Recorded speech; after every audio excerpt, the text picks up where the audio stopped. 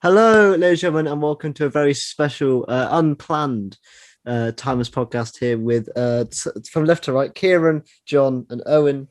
That's the Hang on, last two. some of us planned. No, this Yes. wasn't. No, this was off the schedule. This wasn't like a planned episode, obviously, Yeah, until the new stuff got bumped. I planned since I knew it was happening. Yeah, since you know, I have not since planned.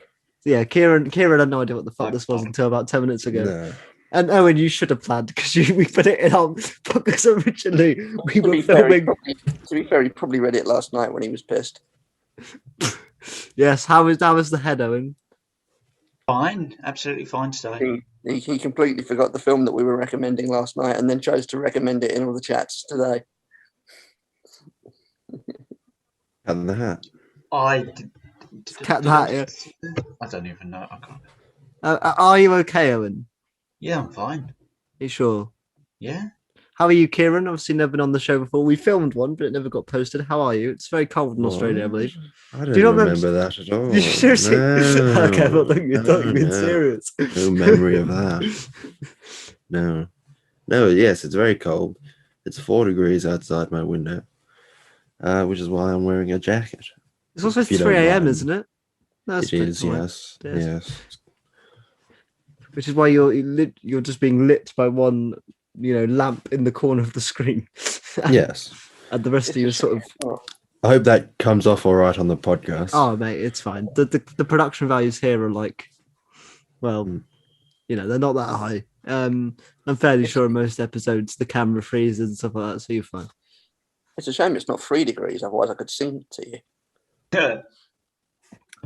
Owen got it. Yeah. I didn't get it. When But... I No see idea what you're you talking about. again. The 3 degrees were a popular beat combo of the mid 1970s. Well, I never heard of them, so Me couldn't be neither. that popular, could they? They're famous for their hit "When Will I See You Again." Anyway, last week, when you've been watching this, the news dropped that Jodie Whittaker and Chris Chibnall will be leaving the TARDIS after 2022. And Jodie Whittaker will have a 6-piece serial this year, and then next year she will be having 3 specials before she bids adieu to the TARDIS and the Doctor.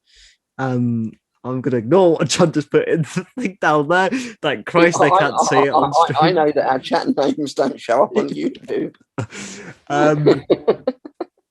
Obviously, I think for most people, a big shock. I mean, I know the Jodie rumors were flying about. I normally try to stay clear of rumors, which I can. I think definitely the Chris Chibnall side of things, in terms of whatever your opinion is on the man and how he runs the show, it's a massive shock to see him go this early. Who wants to jump on that? Yes. This is like Kieran on our podcast is great. I mean, at the risk of sounding like a smart ass, a little surprised, but not necessarily a massive shock. Obviously, the modern take is for doctors to do 3 series. Although Jodie's done slightly less episodes, this will be her 3rd series. I'm only surprised because I think the announcements maybe come a few months sooner than they wanted to. I can only suspect that there's possibly a newspaper that was going to leak it anyway. So yeah, the decision isn't that surprising in Jodie's case. I think the timing of the announcement is a little. Where Chibnall's concerned, again, not hugely shocked. Because, there was all this talk of the 5-year plan, and by next year it will have been pretty much 5 years. There we go. Owen, what's your opinions on it? The whole announcement, your thoughts? I mean, but basically, same as what John's just said. I would have said the same thing. I'm not surprised at all. And yeah, I remember Chibnall was saying about the 5-year plan. So yeah, they're basically kind of sticking to their word and doing the usual 3 years with the Doctor and then let someone else take over. So it'll be interesting to see who takes over the show and what new things they'll bring to it. Yeah, we're about to get into that. That's kind of the fun thing about this podcast. There's going to be a lot of discussion between us all. I know John's a massive comprehensive list of people that he thinks can take over and all that, which are stuff. I've done like a mini phone list of some ones that could comprehensively happen and some their dumb phone ones. number. Yeah, I have everyone's. I'm gonna ring them up live on the podcast and be like, "Is it you?" And then like, take off. You've restricted your list to people that are in your telephone contacts. Mum, you didn't tell me that you got the job. Your mum will be cracking as a 14th Doctor. Yeah. We'll leave a pause for people to make their own smutty jokes there, but you know. Not on the time of this podcast. I was going to say hello to any new listeners that have jumped on, because I know there's the streams and that have been going up a little bit. Considering when I haven't been posting, there's the views and the that have been going up. So maybe just don't post. That's the new YouTube algorithm. If you don't post, your views will go up. I think I got us a new listener, a couple of new listeners today on the old Tweety. You were doing the old Twitter machine, selling the podcast, which is always lovely, and nice to see some people actually jumping on board and giving it a listen. But yeah, what's your opinions of the Jodie Whittaker, Chris Chibnall era? Because we're not going to get into Twitter is possibly you're one side or the other. I think I'm quite similar to John here, and I can say I'm very mixed on the era. There's been some highs for me, there's been some lows, like every Doctor Who era. I know, what's everyone else's thoughts? Well, I enjoyed it so far. I've always enjoyed it. I've always been on the fence in certain aspects on how the show was run. There were so many great stories, and at the same time, there was some, there were room for improvement. But the performance, I think, was all there. And yeah, throughout the most of it, I've loved it. And with Chibnall as showrunner, I'm always one of these people. I don't really like spoilers that much. I love to be surprised. So to have someone who's kept as many Jesus Christ. What for a showrunner to keep spoilers to the minimum possible. You scared the shit out of me. Oh my! I'm sorry, Owen. Oh, if people watched the YouTube version of that, you would literally be shit myself. You said you loved to be surprised. Got the microphone over as well. Well, it's great to see the podcast going so well so far. Please keep that. Mate, that's staying in. God's sake. Anyway, Owen, as you were saying. Well, I kind of just said it as you were just sort of going into hysterics. John going boo at you. But yeah, I've loved the whole time as a whole. There have been sort of hums and haws, and but yeah, I've loved their time throughout, and I'm actually sad to see them go. Yeah, me too. And this is a bit, unorthodox. This wasn't originally part of the show, but in there are positivity and stuff. We'll go into things to improve next. But can you just name one thing that you really liked about the year? I'll start first. I really liked the episode format. The episode format change. I think that was possibly one of my favorite things. Making it an extra 5 minutes. Sometimes it doesn't work with certain stories. Like for me, the Pating one is the Sanangra conundrum. I think that worked. But there are stories like Villa Diodati, where I think the 5 minutes definitely added the extra oomph. That story gave opportunities. So obviously it's a double-edged sword, but I think moving forward, I've always been a fan of, if you gave me a series of Doctor Who, which was 7 episodes long, but all 7 of them were great, I'd much prefer that to a series of 13 in which 6 of them are a bit meh. I'd rather. You'll never be able to guarantee that, though. If you had 7 episodes, you'd still get one that was not very good. It's like a riddle, isn't it? If you had 7 episodes and 6 literally, if a writer or a showrunner had the ability to pick out a bad episode, they wouldn't make a bad episode. Yeah. But I just think I enjoy it. I think it works. I like 10 episodes. I think it's nice, but I know some people weren't a fan. They much prefer 13 or 45 or whatever the old system was. But who else wants to jump in on something they enjoyed about the era? I liked the new format, the slightly longer episodes. It's a shame that there was then less episodes. I'd almost be interested to see, instead of sort of 10 1-hour episodes, 20 half-hour episodes, just to spread the show over more of the year. But to name one thing that about Chibnall's era that I've enjoyed, I think I'd have to say the frog on the chair. Yeah, I actually don't hate that at all. I think you got a lot of I shit love on the frog on the chair. Yeah, the frog on the chair. Yeah, why not? Yeah. What about He's yourself? a bit What of an about yourself, underdog. John? Underdog. Get him a spin off. Get them a spin Bit of off. an underfrog, really. Yeah. I'm going to do both bits here actually, because you didn't actually ask me for my general opinion on the. Oh, did you not get it? Did you not get it? I thought you went to Owen, and then you went straight moving on. And oh, sorry, John. I've already It's because you scared the shit out of me. You took me off I've guard. already had this. I've already had this on Twitter yesterday. I was told I wasn't allowed an opinion because I'm a white man. God. Yeah, I mean, Jesus. Yeah, well, that's fair enough. Yeah, totally. For a start. But That's what I've always said. Yeah, I mean, well, you've said I'm not allowed an opinion because I'm something else, but which is fair comment. But I mean, for a start, I'm technically not. I'm part genetically Gypsy Roma, but yeah, I'm being oppressed and held down here as well now.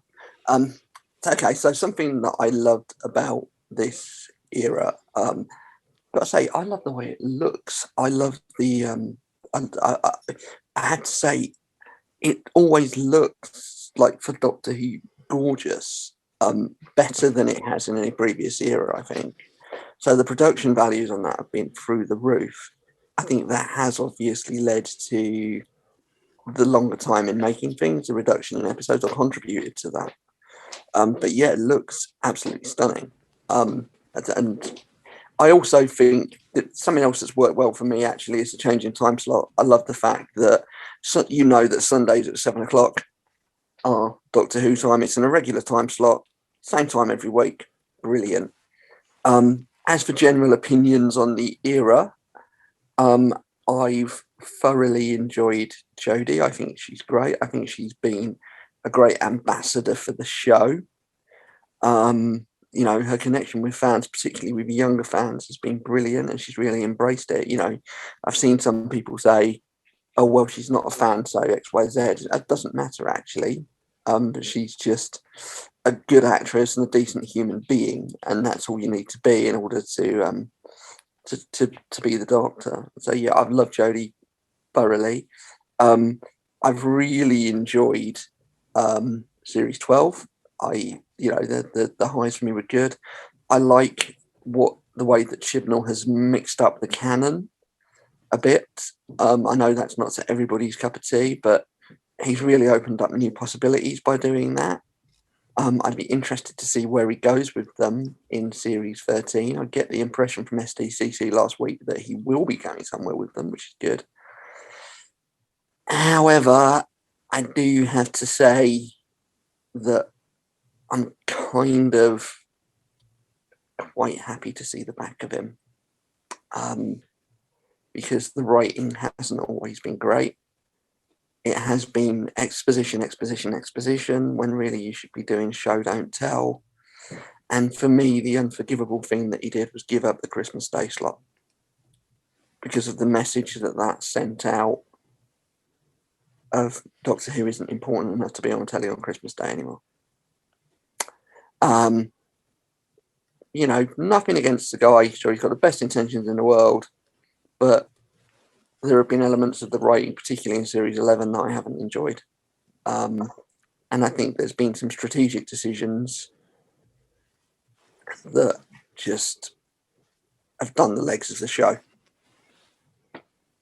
There we go. I'm probably going to be cancelled from here now as well. Oh, mate, you know, if the opinions just on the show, we've probably been cancelled 2 or 3. It's probably been listened. There's some dislikes on some podcasts. I guarantee they hear one of us say something and they're like, "Oh, it's game over."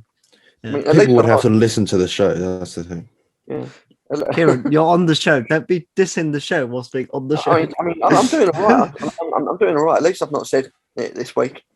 Yeah, exactly.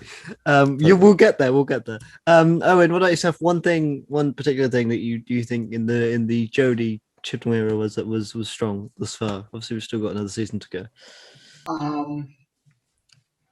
I just, yeah, even like John said, like the look of it, and it looks very cinematic, and having to, even like just television in general, changing its format, going to, from, high definition into 4K, and it's really brought out, that sharper images, the colours are brighter, and yeah, even as time goes on, Doctor Who, visually improves over time, and it's amazing.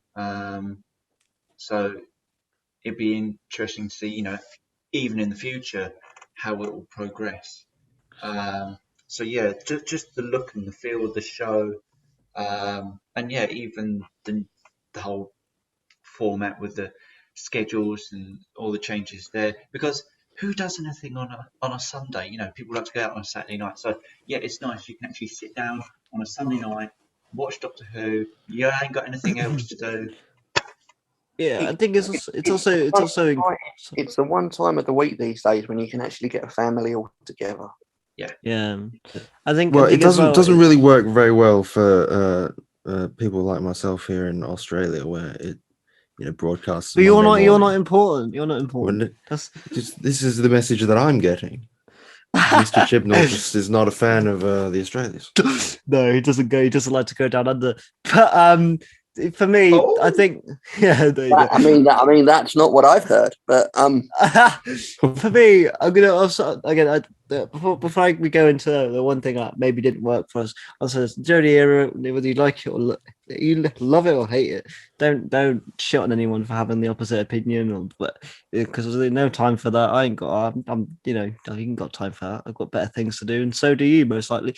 But for me, the one thing that didn't work, and this could be controversial, I don't know how John, Owen, and Kira. For me, the companions were really hurt by the 4-person TARDIS team. I mean, you look at where the modern Doctor Who companions were, they all have distinctive character traits. I mean, even Clara, who I'm not the biggest fan of, has a character. I'm not a particularly fan of that character, but I know a lot about her. Whereas in comparison to, Yaz, I know she's a police officer, but that's rarely relevant. I mean, there's a lot of scenes where she could be doing a lot of crowd control stuff as she just sits behind the Doctor. Okay. Yeah. Ryan as a character, he's a young cheeky chappy. Yeah, that's fine. What do we know about him? Oh, he's got a disability. Oh, it's great. It gives us a great opportunity. Oh, we're only going to bring it up in 2 episodes, maybe 3. Oh, right. Yeah. Graham. Oh, he's the cool old cheeky man. Yeah. Oh, good. That's really good. Yeah. What do we know about him? Oh, his wife died. Are we going to learn anything else? Oh, no. His wife died. He likes sandwiches. He supports West Ham. He used to drive a bus. Look, the West Ham thing, I could agree is good. However, I think the issue is, and again, this kind of comes as a cancer survivor. He is. I don't disagree with you. I'm just saying that of the 3, he's probably the most well-rounded, I feel. I'd agree. I'd agree. I was trying to make a point, but I don't see what we're doing absolutely. But yeah, I think this kind of comes as a unfortunately it happened because of the thing I liked, which was the less episodes, meaning there wasn't as much time to develop this. But I don't think we needed 4 characters. I mean, again, I was kind of excited for a Doctor and Yaz series 13, and yet we're getting Dan in. And I haven't met Dan yet. Dan could be really cool. I could really like Dan, but I'm thinking to myself, new character. Is this other new character a sort of companion type, or is he I have no idea. They're very hush hush on what is. I get the impression from what they were saying last week and what we've seen that he's recurring and he's got his own kind of ship. So maybe not necessarily a companion, maybe in spite of, maybe a replacement for another character that wasn't available to film due to COVID. Yeah, who, makes sense. who may have been somewhere else in the world and not in Wales. Yeah, because for me as well, there was so many moments. Because again, people say that Chibnall. This is one thing I completely disagree with. Actually, a lot of people at Chibnall because I would completely disregard the plot to have a story moment. I really like that whenever you can have a character moment with the story. Actually, that's some of my favorites. I do quite like the whole Yaz Graham interaction in the finale of series. I like that scene. I think it fits within the story they were telling. However, I don't like a scene where Graham, quite in a story about nightmares and fears, he goes to the doctor and he says, "Doc, I'm scared my cat's coming back," and she goes, "I'm socially awkward," and I'm like, look, I know her character, and I'm a big fan of Jodie's character, and this is completely the writing, it's something to do with Jodie. But I'm like, the Doctor, who's one of the smartest beings in the universe, can't speak to a human being about the fear of them dying and a horrible disease coming back. She's like, "Nah, mate, I can't be asked for that. We ain't got enough time. You've seen the runtime." It's like, what? Like, that would be a great scene. You know, Jodie and Bradley could have done that scene so great, and instead we sacrifice that for. Are we trying to joke here? Are we joking about? Is that what the writer's intention was? Because that scene still frustrates me today. Because I was like, oh, is this? Because I thought, and this was me being really horrible and speculative. I thought at the time that the Doctor already knew that the cancer would come back and that unfortunately Graham would die from it. However, that's not what happened. And I was like, that scene then becomes one of my least favorite scenes in Doctor Who history. It was really jarring, and I kind of. There was a massive blow up about that scene on Twitter 2 or 3 months ago, which got quite nasty. So I'll keep my counsel to a degree on it, but I think whatever their intentions were, it didn't quite hit. And I get that people who are socially awkward, the people who struggle in those situations, might have looked at that and gone, "Oh wow, there's representation for me." But the Doctor should never be your identity. The character you identify with. That should be the companions. Yep. Yes, the Doctor should have provided something to aspire to, and that she should have showed how to respond in a situation like that, rather than just failing to. Yeah, absolutely. And because, like John said, rather well there, his Twitter got a bit, controversial with that, and there was fights going on. So I will say this: there is one moment in the Jodie era that I really like. I think it's unanimous across the fandom, and if I'm wrong, people will tell me on the podcast. But that scene in a Revolution of the Daleks between Ryan and the Doctor, where actually Ryan gives her the pep talk, I think is a brilliant scene.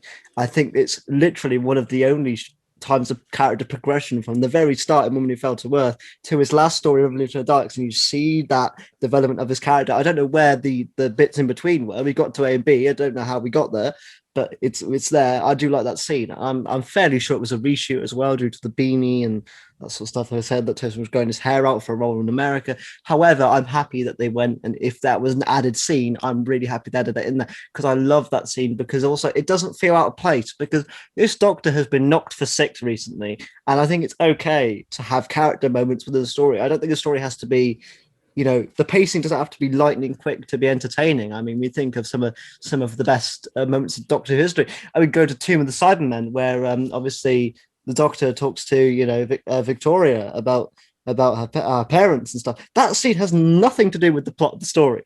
It's just a scene in the middle of the story to have some time for characters.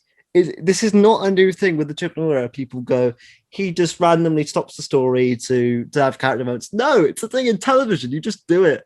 And I love it when it happens, and I'm all for it. So I hope this next writer, and I hope Chibnall over the next series develops these characters, because that's when they're at their strongest. Revolution had some brilliant character moments, because what I loved in it actually was the thing at the beginning with the TARDIS, where Yaz has got all the post-it notes up around the place. Now she's gone completely OCD about finding the Doctor. I just, I'm finally getting to see something of that character.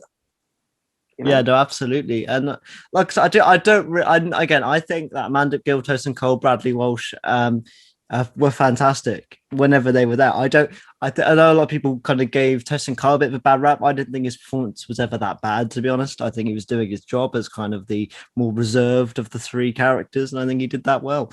I was a fan of their performances, and I hope they do well in whatever they do next. But I just think they're not going to be as memorable as, say, the Rose Tylers or the Amy Ponds of the modern era, and especially some of the classic companions like Ace. I mean, like you know that sort of stuff. When was the last time we had three companions regularly? Doctor era, fifth Doctor era. Must have been What's- Tegan. Oh, no, not Three. three companions, no. Because like we had River Song and Amy and Rory in Does that certain count? episodes, but Does that it count? wasn't for long. You gotta go back to Davison. Yeah. So Nissa, Tegan, and Adric. Well, which is debatable. Yeah, this for a Tegan couple of Charlie. episodes, wasn't it? So it's debatable how well that worked with Adric, but certainly going back to the 60s when there was just more episodes a year, you spend so much more time with them. You get to know them better, I suppose. And I mean, there was less you could do in terms of effects and physical stuff as well. So there was more time to actually script and have that interaction between characters as well. Yeah. Yeah. I just really enjoy. Like I said, whenever we got those moments, I was fully on board with it, and I'm fully on board. Like I said, I could be in the minority because I know a lot of you fans, and they're all good for your opinions. I'm all for whatever you want, but for me, I like character moments. I'm fine for the story taking a back burn for a couple minutes so we get a scene between two characters. I'm all for that. I'm okay with that personally. Like I said before, Twitter comes at me. If you like the other thing, good for you. I'm happy. I'm not gonna go at you for liking that. Just so we're out there, but anyone else, anything they perhaps didn't like or perhaps was almost there but didn't really hit the mark for you in terms of the Whittaker Chibnall era? I'd say probably the sort of switch between series 11 and 12 of going from almost a clean slate sort of jumping off point for an audience just joining Doctor Who into series 12 where we had it went quite hard into continuity, and you bring back the Master and doing the whole Morbius Doctors thing. Probably would have confused a lot of people if they'd just started watching the show the previous series. So I think there was a sort of change in tact there, which I'm not sure would have worked for everybody.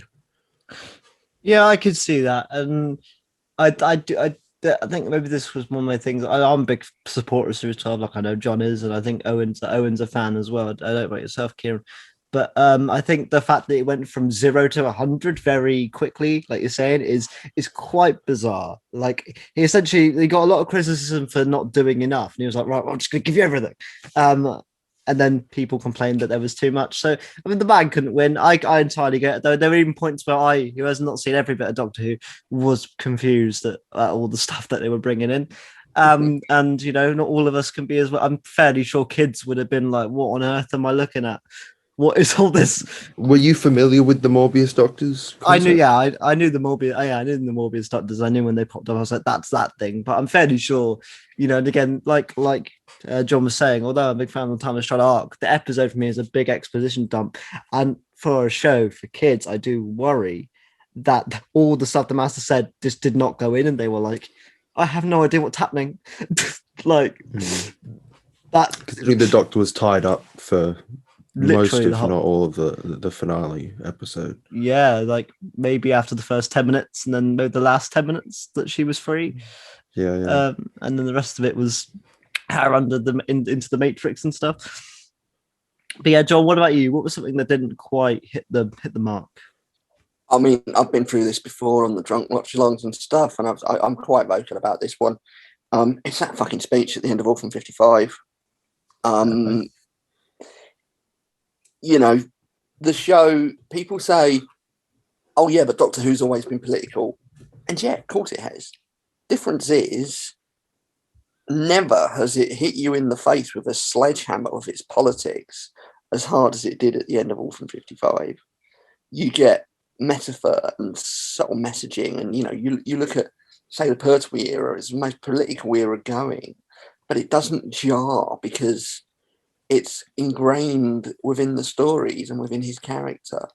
Whereas with this, it was like 45 minutes of running around, and then we get a 5-minute lecture. Yeah. And I was like, it grated on me so much. And then 3 weeks later, we had Praxeus, which gave us exactly the same message, but did it so much better and so much more cleverly because it was actually part of the storyline. And I was like, it's such a shame that I've had to be talked down to 3 weeks ago about this when you could have just done this. I know Absolutely. that's a problem. I mean, some people don't have a problem with it, and that's fine. I know a lot of people do have a problem with it, and I'm one of those people. Absolutely. Yeah. I agree with you. I don't have think, a problem with the message, just the way it was done. It was sort of now a word from our sponsor sort of thing. I also think the editing in that, I mean, the writing you can talk about. You compare that to, say, the scene at the start of The Mutants, which has exactly the same message, and Pertwee covers it so much more subtly with imagery and, in half the time. It's beautiful. Oh, yeah, I think the writing was poor. I think the editing was poor. I hate the fact that they sort of leave it on. He's like, if you don't do this, you'll turn into and it cuts to a Dreg roaring, and I'm like, You become Benny, man. I was like, so you're trying to do a serious message, and then you cut to that, and I'm not This meant is to a laugh. serious message. To everybody Please watching Doctor do Who. not litter the earth.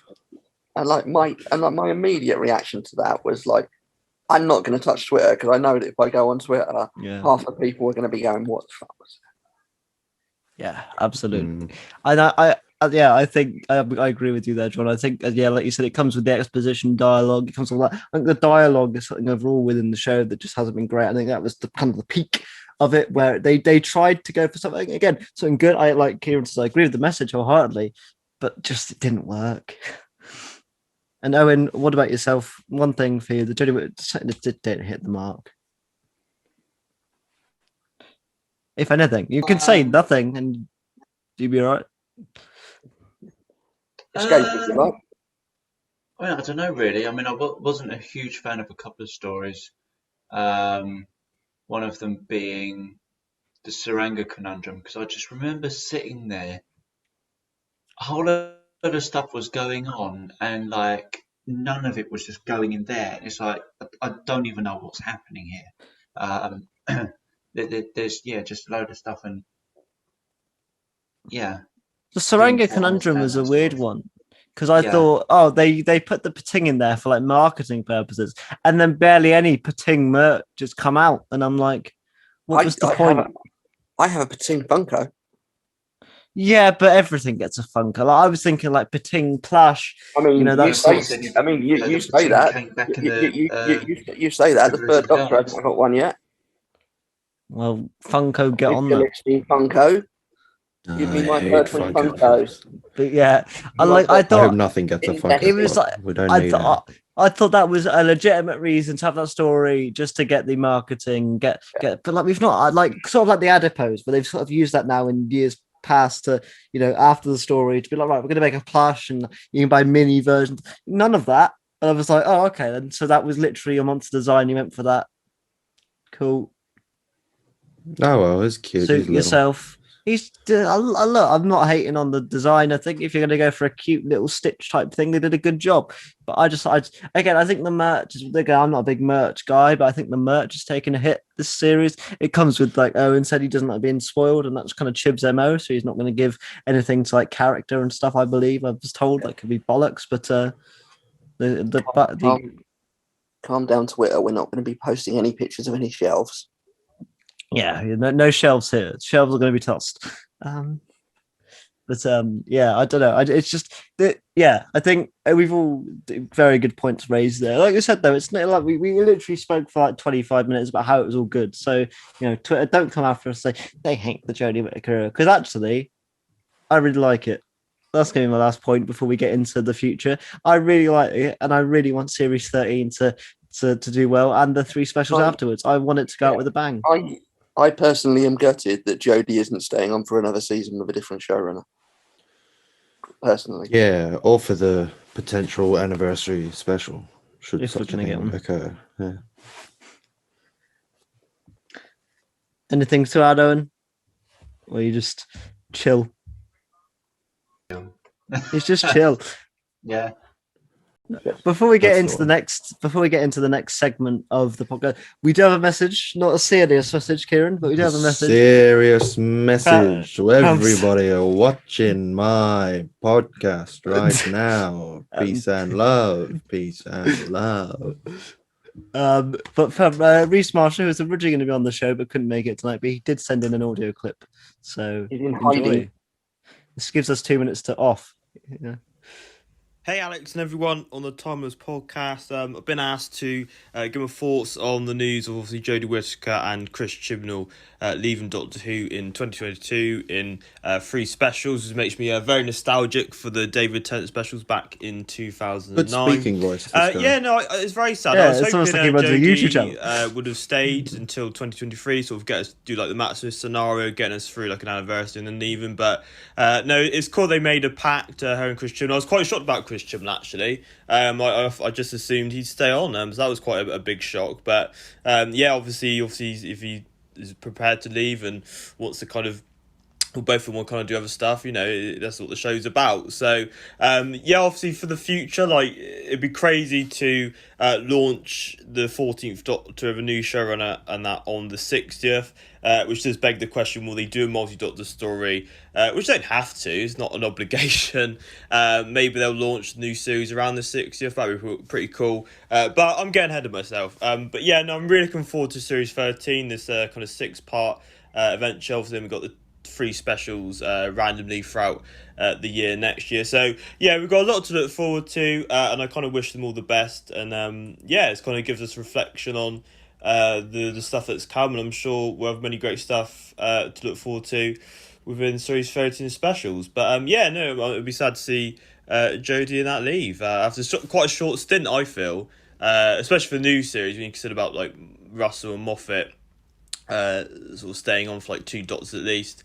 But with obviously Jodie, obviously the rumours obviously in the newspaper, and this is kind of like unspoken 3-year rule. If they made a pack at the beginning about sort of what they wanted to do, and they've done 3 series over 3 years, so good on them. So hope we'll have a good time, and catch you soon. There we go. The lovely Reese Marshall. I always love how positive he is. He's such a shining light. He's always just looking forward to things. Big up, Reese. Be happy to have you back. Such a nice old man. He is. He's such a good guy. What do we make of this whole pact thing? Because I love the visual of like Jodie and Chris on the first dev set, and Jodie and Chris like, look, when you leave, I leave. Like sort of like a Blood Brothers situation. Yeah, like a Blood Brothers situation. Yeah, they're like, this is how it goes, right? I love that. I'll be honest. Yeah, I'll be honest. I think it's bullshit. Yeah, me too. Me too. I wouldn't be surprised if it's not true, to be honest. I think it's bullshit. I think that Chibs has probably gone by mutual agreement. I think Jodie was always going to go after 3 series, but I think Chibs has probably gone by mutual agreement. Yeah. That would explain the change in tact if he suddenly was made aware that he wouldn't be around for as long, or his plans changed or whatever. That would explain the change in approach between the 2 series that we've had. Somebody at the BBC decided that after this they need a reboot. Yeah, and what do you think that reboot will bring? Do you think it will bring back the old format of 13 stories, Saturday nights, Christmas specials? What would we like to see? Kind of. I hope we get the special, Christmas special. I would love to see him get. I would love to see him get the Christmas special back. It'll be hard work to do it because you've got to earn that slot again. But I would love to see them get a Christmas special. I think that kind of rides on who they cast as the Doctor or companion. If there's a buzz behind that, I know that sounds very, very cynical, but I think that will come into it. If there's a big buzz around the new actor of the Doctor, that will help them get the slot. It sounds dumb. It should be on the quality of stories, but it's not. It's all about marketing, and I think that's what it's going to be.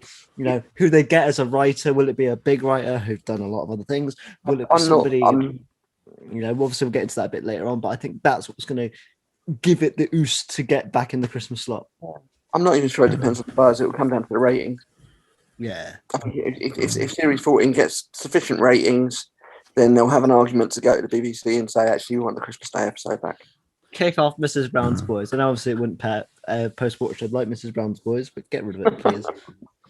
I was going to say actually as well on the pact idea that it's interesting if they did both know in advance that they were only going to do 3 years and that they'd be ending and announcing that around this time. It's surprising that they did wait sort of 3 days after that big Comic-Con panel that they had to announce it, where if they announced it there, they'd have had that to talk about rather than, and everyone would have been watching like they were, rather than announcing it. Wasn't it like 3 p.m. on a weekday or something that it was announced? Yeah, it was bizarre. Was at work and that sort of thing. Yeah, it was sort of like, oh, this has gone down. This is not. This maybe I just feel bad for Amanda Gill, who's been there as long as those two and just has got none of the news coverage. I mean, I know obviously she's not the big star, but she's been there as long as the other two.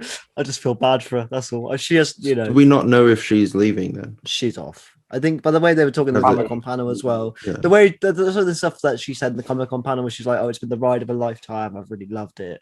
That's what I kind of tell that. And they just haven't really announced it in the same way. Yeah, if they're going to reboot it, she'll go. No companions stayed on across showrunners, so. Nope. No. I mean, even though we've not seen him in action yet, and I'm sure he'll be great, I would like to see John Bishop stay on. I don't because think otherwise it's sort of like it's like another Bill situation, just the one series and then that's it. But yeah, I think that's why they got a high-scale comedian. I don't think we're going to see enough of him. But that's why they got I worry about that as well. That's why they got a big-time comedian there, didn't they? Because they knew that it's just like he said on the Comic-Con panel, the pandemic opened up. He got the opportunity. He took it. He would not have the time to do it when the regular world resumes. Yeah, he would normally be touring and gigging and doing other presenting jobs and stuff like that. So, but because all of that's gone out the window over the last year, he's had the opportunity to do this. Hopefully he'll absolutely nail it. Fingers and crossed. we'll get to see sufficient of him. It would be interesting though to see a companion or a doctor, in fact, go from one showrunner to the other. Although I wouldn't want Yaz to stay longer than the 13th Doctor. No. Just in that you wouldn't want the companion to sort of outliving a Doctor in total. Yeah, no, that would be strange. I mean, John, now we're going to move on to the future and what we can look forward to. I'm going to let you kind of set the reins in this one because I know you've got a list in a particular order and things like that. So I thought it'd be much easier for you to structure it and we'll just bounce off that. Because mine's a bit jumbled and a bit messy. Okay. What are we going to start with? Showrunners or actually, let's start with showrunners, shall we? Yeah. Mm-hmm. My personal choice for who I would love to see as showrunner, I'm not sure it'd happen, but I'd love to see Steve Pemberton and Reece Shearsmith take over. I think they've shown with Inside Number 9 that they can consistently do a range of different styles and genres. They can consistently deliver something of a high quality in terms of writing. They can do comedy, they can do emotional, they can do scary. And boy, do we need somebody who can do scary. Obviously, they've also got a great tie with Mark Gatiss, who could kind of come back into the fold and be involved. That would be my personal choice. Whether they'd be available to do it with everything else they've got going on, I don't know. But that would be my personal choice to take the helm. I can't comment because I've not watched Inside Number 9. Unfortunately, it's one of the things where You really need to. I'm all about it though. But the reception to Inside Number 9, I think one of my big things for this new era is I hope Doctor Who goes back more in the public eye, and Inside Number 9. Oh God, so my phone lamp on. Is one of those things where I want it to do. I want it to be a big show again that everyone talks about. Did you see Doctor Who the other night? That sort of thing. Not just for Whovians, but for the general. And I think that they could do that absolutely. especially with the success of Inside Number 9. You see it like number 1 on Twitter sometimes when episodes come out. So I'm all about that. And I think they have, like you said, they have an eye for what's popular in the modern television realm and how they can kind of adapt that into Doctor Who, make it more scary, make it more must see. I'm all for that. If they can deliver that, and like Inside Number 9 seems to be doing, bring it on. Anybody else want to comment? Has anyone else seen Inside Number 9 or can't? I have not, sadly. Cadence. So we all need to watch it, John. We've all let you down. We've all let you down. I mean, I'm aware of it, that it's very popular and very good. But it's an outstanding series. And the great thing about it is that because it's kind of like because it's an anthology series, you don't need to have seen every previous episode to get what's going on. So you can literally dip into an episode at random and watch. I mean, the other thing is that they can attract brilliant guest stars. So with them running Doctor Who, you get some really high caliber guest stars coming in as well. And like you're saying about it, being trending on Twitter, that's my experience with that show, is that I see it trending on Twitter and think, well, it must be good then. So that for Doctor Who would be excellent. Yeah. It's effectively event television, which is something that you really don't get much of these days. Well, I think Line of Duty was the biggest event television that ended up, which hopefully Doctor Who can get to that stage of Line of Duty. Everyone's like, oh, it's the Doctor Who finale this week. I'm so excited.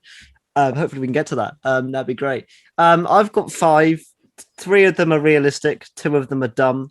1 of them I actually don't want to take over. 1 of them's just, I'd like to see what they did if they would. Do you want me to run through the silly ones first? Sure. Yeah. I mean, tell you what, go for all 5 and then we'll see if we can pick out the silly ones. Okay, so first of all, I've gone for 2 previous writers of Doctor Who, which is, I think this name's going to be thrown around a lot, which is Pete and T. I've also gone with Toby Whithouse, and then I also went for, maybe you guys wouldn't know who these guys are, Tim Haynes and Aidan Hodges, who did Primeval here in the UK in the mid to late 2000s. And then the last 2 are sort of like, John was like, let's do some bizarre picks for actor and writer and all that. So I went with Kevin Feige, who runs the MCU, just for bants. And I also went with Zack Snyder. Zack Snyder's Doctor Who. Let's get this out. Like, you talked about bizarre picks that are never going to happen. Zack Snyder's Doctor Who is something I'd love to see. It probably wouldn't be good, but I'd love to see, in a world where that happened, what Doctor Who would look like. Like to see Chuck Lorre. Every season box set would be twice as long as the broadcast episodes. Peter Jackson's Doctor Who probably pretty good, actually. Yeah, but I went with Kevin Feige just because, again, it's another joking one that would never happen, but I went with that because he is probably, for my money, the guy in pop culture that has his eye on the money the most out of anyone working in the industry right now. Like, he knows how to pick a series of a character you've never heard before and make it work, and suddenly everyone's talking about it. And he can twist it and make it. He's literally done an entire universe based on different genres, and he's mapped that out himself. He knows exactly what he's doing, where every twist, where every turn is going. And there's been, for my money, so many more hits than misses. And obviously it's never going to happen, but that's why I picked it, because I think overall he is possibly the best money can get right now. If you want anyone to control any telly or film, get him. I think that would be a bit of a dream appointment. Which is exactly why that was my bizarre picks. But obviously, go into Tim Haynes and Aidan Hodges. I went with those 2 because they did Primeval, which is one of my favorite shows of the mid to late 2000s. I think it was a solid sci-fi show every week. It was never crap or boring. It was always entertaining, which I think is something that people want, and I think they're solid enough to deliver a show. They've worked in that realm before. For me, it just seems like if you're going to bring someone that hasn't worked on the show, for me, that would be it. They've not done too much recently, so the chance of that again probably pretty slim. However, if you ask me, who would you like? I'd like to see them give it a go because they did it before with dinosaurs. Let's see how they do it with aliens. There you go. And the action figures from Primeval are quite good as well. Yeah, they obviously same character options, and I think they had their eye on the money of what fans wanted. So the merch was pretty strong. And they had really good fan engagement as well at the time. They were really, really good with that side, which is something I think it's lacking at the minute. You know, and again, it's maybe because Chris just hasn't got time for it. But you think of like Moffat and RTD, they were very engaged with the fans even to this day, whereas Chibsay was a bit alienated. I can guarantee that's because of how hostile things get at the minute. He probably doesn't want to, just in case. But you know, I think those guys will be really good. I'm fairly sure the Peak McT name will come up, and I'll talk about Tib Whithouse as well. It's But a name I've seen Pete's name floated around a lot. Definitely Pigmatize my sort of choice for the next showrunner, I think, realistically. I mean, I watched Act earlier this year, and that was very good. Yeah, well, he's written. Yeah, me being the resident Australian here, he's written for quite a lot of Australian programs. He's written for Neighbours and Glitch and Nowhere Boys, which I remember back in the day, and the Dr. Blake Mysteries. Apparently, he's got. Do you know Wentworth as well? Yeah, Wentworth. He's got 5 Australian Writers Guild awards. So I'm not sure where all this Australian writing comes from, but I'm a very pleased man reading that. And you know, I greatly enjoyed his 2 episodes. I think particularly Kablam was one of my favorites of series 11.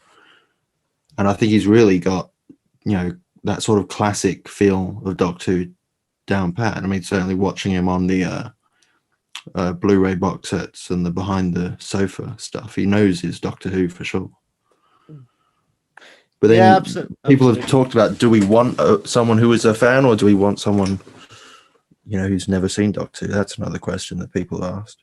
I think you want somebody who at least understands the show.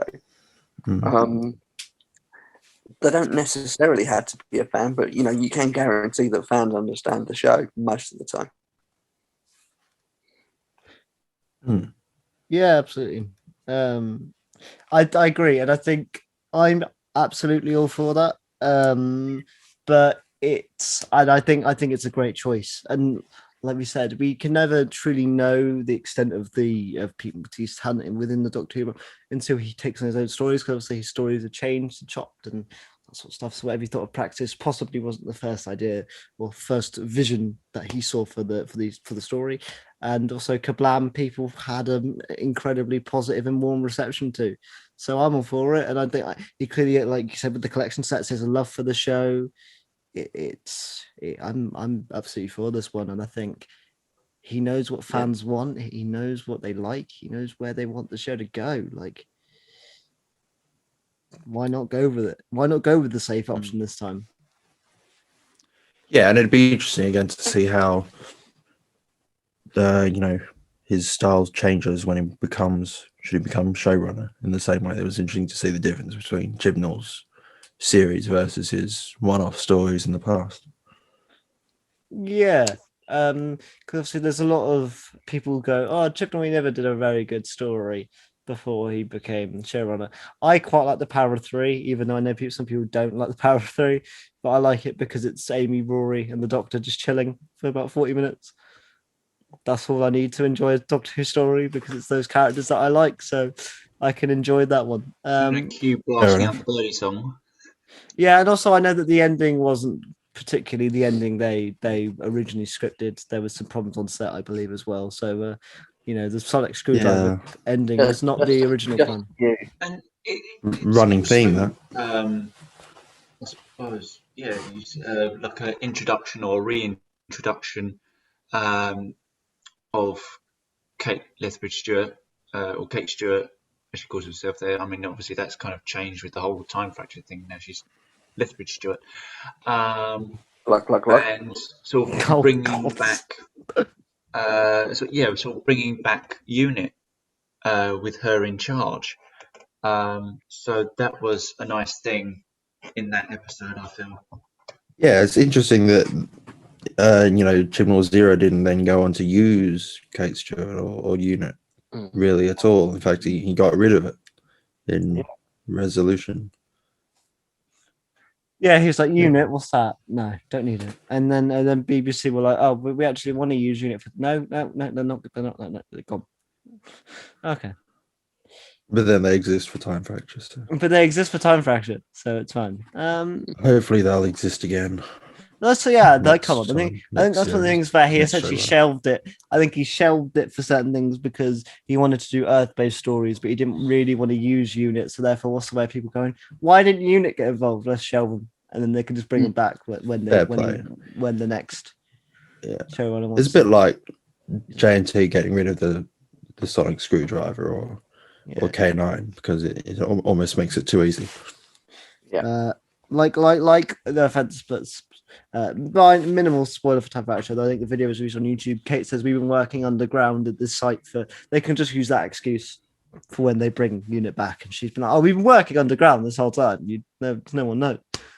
Yeah, they're back. So it literally that's all it takes. But yeah, no, I think overall. I'll tell you another thing that I liked about Chibnall is that he does listen to the fans.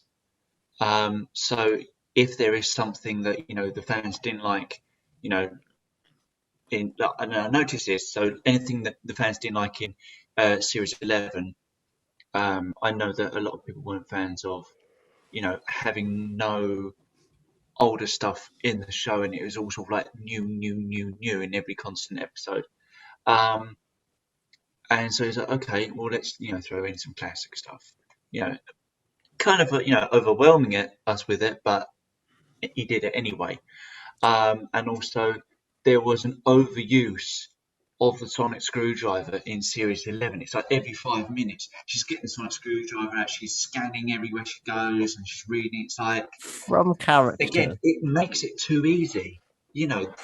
Going back to the third Doctor or the 10th Doctor, and they'll be getting their bloody test tubes out and doing all these various experiments to find out what it is. And yeah, the sonic screwdriver is just like, it's overkill. It makes it too easy. So I think he did listen to the fans who were sort of moaning about it afterwards. And then in Series 12, you didn't see it as much. And also, something we talked about. There were no cliffhangers in Series 11, and some people sort of wanted some, and we got one in the first episode. It's the old series. It was the old Series 7 problem, where Series 7 had no cliffhangers, and it was, well, what's the point? Until the very end, obviously. But that got spoiled because the DVD got released 2 weeks early. That's right, yeah. So, and I know because I bought that DVD because I saw it. I was like, yoink. Even though it was only released in America, but Tesco still released it on the Thursday before the Name of the Doctor came out. And I got it in Tesco on DVD. Thank you, Tesco, for releasing the set 2 days early. I did watch it. Other supermarkets are available. Yes. Not in this country. And at that point, I was really pissed. I'll tell you this, I was a young kid. I was very pissed at the John Hurt rule because I was like, no, Matt is not leaving. He is my favourite. At that point, I'd only seen 4 episodes of, 5 of Matt. And I was like, I'm not ready for him to go because he's the only one I know. And it was like, it's not this old guy going to come over and take over Doctor Who. I didn't know anything, mate. I didn't know about the dead Damn Doctor. you, John Hurt. Damn you. Didn't know who John Hurt was, being 12 at the time. And I think my mum said, "Oh, he's the dragon from Merlin." Oh, okay, then I'll give him a chance. There you go. I don't think I'd ever heard of him either, to be honest. And I was 14, so I had no excuse. You had a few extra days on me. But yeah, I still. And is there any other picks? Or your thoughts on Pete Matafeo or anyone else that you'd like to see take over Doctor Who? I don't know really. What I would like to see is, rather than just having a showrunner, having a whole team, because I feel that with Moffat and Chibnall, doing, running the show, the script editing, and all these various things, they have to do. It's a lot of work. Whereas I think it makes it a lot easier if you've got a whole team of people. And I feel that there needs to be, I don't know, because in the 70s, I mean, you had Barry Letts and Terrence Dicks, and you had that magical chemistry there between the two of them. And I don't usually sort of delve into the sort of like the background stuff of Doctor Who and who runs it. But I would like to see some of that sort of like magic, people who have that spark, who bounce off of each other to make the show, as magical as it can be. So yeah, that's basically what I'd like to see. Yeah, I agree with that, and I reckon actually, if it was Victor Pemberton, Steve Pemberton, and Reece Shearsmith, not Victor Pemberton, that wouldn't go down very well. But if those two together working in that sense, I think that might be sort of part of the success of Inside Number 9, is that it is these two very creative people work well together. That one can sort of say to the other, no, that's not a good idea, but do this. I think that's the success of like Robert Holmes and Philip Hinchcliffe as another example. Just having that filter there for ideas. Yeah, exactly. And I think, I think that would work again. Like, because the thing as well we need to realize is, like, if taking over something like Doctor Who is not an easy job. You don't just go into it and you have there's a lot of permutations, a lot of things you have to work with, and a lot of expectation. It's like any other show that you run where it's your own thing. You create the scripts, and then Doctor Who has an expectation before it comes out. Unlike other shows where showrunners will just write their scripts, write their story, and that's it. And then it becomes a hit through being watched. Doctor Who, you kind of already got a precipice of people are excited for this. You need to deliver. And so at that point, to put that all on one person is very tricky. So I'm with you, Owen, and saying, let's get a team in of people, whether I think, maybe have still one person at the top, but then have a good set of people underneath who can, help when things get tough or when the ideas might stumble. To have those extra minds and those extra heads together, I think would only benefit the show. Because didn't Chris Chibnall have a writer's room for it? But I haven't seen that really pay off, because I'm not sure. For me, every story that wasn't written by Chris Chibnall didn't seem to add anything to the overall story. So therefore, apart from, I suppose, Future of the Doom, but that was one of so far 22 where I feel like that was the only story really where that paid anything off. That wasn't. Ironically, most of the stories that weren't written by Chris Chibnall were also better. Yeah. Well, do we actually? I was never totally clear on this idea of the writers' room. Was there a writers' room, or was there not? Because I have no idea, to be honest. I don't know. Because you don't get that impression from the writers' credits. It all seemed rather disjointed. So if there was, it wasn't working very well. And I think from what I've heard of certain writers talking about their stories, I sort of got the impression that they'd sort of written them in the same way that in previous eras. Yeah. Often, the showrunner would give them the idea. Stephen Moffat would often do that. Go away and write me this sort of thing. So I don't really know how different. I suppose you'd have to ask Chris Chibnall. Yeah, so funnily enough, here comes onto the podcast. And he's here today. To answer that exact question. Yes. No, but, we have an audio clip sent in by Mr. Chibnall. Chris Chibnall. Yeah. Something else I'd also... Yeah. Who the fuck are you? Fuck off. Is that your Chris Chibnall Something else that I would also like to see, which I don't think we've seen for a very long time, and that's a female producer. Yeah, Because, we haven't had a it female producer since started Verity with a female Lambert. producer, Yeah, so it'd be nice to see that again. exactly like showrunner. Who would you go for then? I can't say I know many female Can't producers, think to of be any. honest with you. Phoebe Waller-Bridge. There you But go. yeah, There it'd is be nice one to that see people that. would love. That is one that people would go. You want money? Phoebe Waller-Bridge can give you a great script, a great series.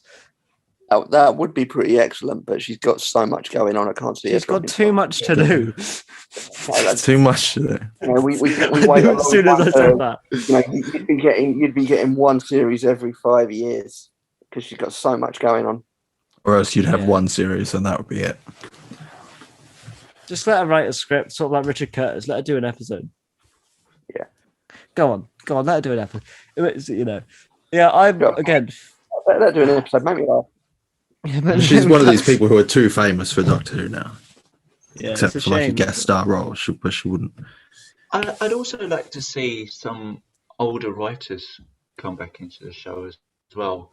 I mean, even though he sort of did his time running the show, I would like to see RTD, write an odd episode here or there. He's been offered, and he said no. Mm. Because he Yeah, was I don't think originally he was originally going to. I think Moffat's original plan was to get RTD and Moff to do it together, wasn't it? And then RTD was like, "Yeah, I'm touching that." Magician's Apprentice, wasn't it? Yeah, and that. But originally as well, he wanted RTD to have a script thing with the 50th, and RTD went, "Yeah, no, I'm not doing that." No. Which is why you get that small cameo in the Five-ish Doctors. But originally, Moffat's original plan was to get them together to do like the culmination of the modern era writing team. Oh yeah, like because like Russell could have written like the David Tennant scene at the Yeah. beginning or something like that. Yeah, But sort I of can how, understand. I think Russell said he was quite looking forward to seeing David Tennant on screen and not knowing what the 10th Doctor was going to say because he'd previously been aware of everything. And again, time is everything. So eventually, we might get Russell when he's a bit older and maybe not doing as much. Maybe he'll want to come back and do a couple scripts. I think it's a bit too soon. Still, I think considering what he left in 2010, we've only had 6-7 years without him. Like, I'm not at that point yet where, same thing with Moffat. I love Moffat. Do I want him to come back and write a script today? No, give it a bit more time. It's 2021. We've had 11 years without him. But only 6 series. 8. Or 8. RTD, right. we're talking, yeah. 8, Yeah. yeah, 8. My maths is off. Leave me. But like, I'm not entirely fussed to come back. But again, if they did come back, I'd be excited. But I'm not clamoring for it. I'd be excited to see behind the scenes people come back, but I'd be more interested in more old characters and sort of making use more of Doctor Who's extended, like it's quite rich history and the extended mediums, like bring in some Big Finish characters even, or just see more old companions and that sort of thing. Yeah, like Ace, you could still bring back Ace today. I don't know why that hasn't happened. Like, honestly, I think that's the one where, like, no offense to Sophie either, she's not getting younger. Like, there is a time now, and there could be this really good stuff where they can still do most of the Ace stuff. And I think, why not bring her in for a nice action-packed story, sort of similar to what they're going to do with Battle and Ballon Road in Sarah Jane Adventures. Why not? Let's get her. Let's get bring her back fighting Ace again. You can bring back Ace at any time because she's a human character that ages just like everyone else. So Sophie Aldrin, Yeah, I know. 90 years old, I know. I'm just thinking that, like, bring her back now. I just want Ace back now. Bring back Jamie as well. But I know obviously it's not like it's not possible with the timeline. But just bring him back. Do it. Find a way. Yeah. Yeah, I mean, Doctor's been back now for what, 16 years? 16 years. Yeah. So I think we've had all that time. You can introduce, classic companions, for cameos and stuff like that. And, I don't see why it wouldn't work. We've had various mentions of companions. I think Matt Smith, he mentioned Tegan in The Crimson Horror. Susan. Sarah Jane Adventures, she mentioned various different companions who, dead or alive. It'd be difficult to bring back a dead companion, but we can try. But there are some of those who are still alive and are still working and acting, who can still do it. So it'd be nice to see them again. Yeah. I might be wrong. So yeah, Ace or Tegan or Perry even. Wasn't there that really bizarre thing that in Sarah Jane Adventures they said that what was it? Ian and Barbara don't age now. Isn't that something that was randomly said? There's these two teachers from a school, but they don't age. Yeah. Why is that a thing that was brought up in the classic series? Or was this just a thing that was randomly put in the script? I think that was just something Russell made up. How? Where did they get that power? I want to know. Well, I think everything he referenced in that sort of spiel at the end of that episode was something he came up with. But there are big finishes where Ian and Barbara are old, so I don't know. I can assure you. I can assure you, William Russell does age. Yeah, Indeed. but why he didn't have a cameo in the 50th, I don't know. Yeah, why? Yeah, when you can, the fact that they didn't go for that, Ian Barbara, even if like Clara just passed him in Cole Hill for like literally 2 seconds, and like he got a line, and then the classic fans would know who that is, and they go, "Oh, that's really cool." Yeah, That's because what they you seem needed. to actually bring. They seem to have brought back more classic designs than they have characters. Like we've had the 60s TARDIS a few times, and we've had all the classic Daleks, and we've had the Mondasian Cybermen now. So I'm not sure what that is for, but we seem to be erring more towards the designs than the characters. But we haven't had a classic companion in the show since I think Sarah Jane, which was in the second series of the new series. Second series, yeah. If you don't count like things like Daleks and that, yeah, it's got to be Sarah Jane. I want the Candyman. K9 at the same time. Bring back the Candyman. That's. Celestial Time Maker. Rest in peace, Michael Gough and David Bailey. The Celestial Time Maker as well is one of those villains that can definitely work with the modern day technology so much more as well. Like visually, they can do so much stuff. Make so much better use of it than they did. Yeah. I'm still waiting for the Sea Devils to come back. I feel like, I can just imagine a very Mysterio from like Spider-Man Far From Home type thing with the toy maker and the visuals they can do, especially with the budget they clearly have now with the visuals. But that would be so cool. Get somebody who's such a good like sarcastic actor as well to play it with such screen presence. Just exciting. This is a great time to mention as well. Kieran on his Twitter and stuff and YouTube is releasing clips of his colorization of some bits from the Celestial Time Maker. Yes, all indeed. Of the, thank all you. Of what exists. All of what exists. That's right. Episode 4, nothing else. It just turns. Yeah. It's one of those things where you don't own the tapes, so you can't do the whole thing. You're not hiding the Celestial Time Maker. Do I? Or does he? That's my story, and I'm sticking to it. So yeah, obviously now as well, there's been this massive talk on Twitter. I know John has a big opinion on this one about a so-called 60th anniversary special, and now what that could perhaps look like if we are to get one. John, I'm gonna let you go first because I know you've got an opinion dead set that you don't think there's going to be one based on other TV shows. Yeah, we're not. I mean, for context, it's been confirmed that we're getting a feature-length special for the 100th anniversary of the BBC next year. I don't really see how we're going to do that and then get a 60th anniversary special.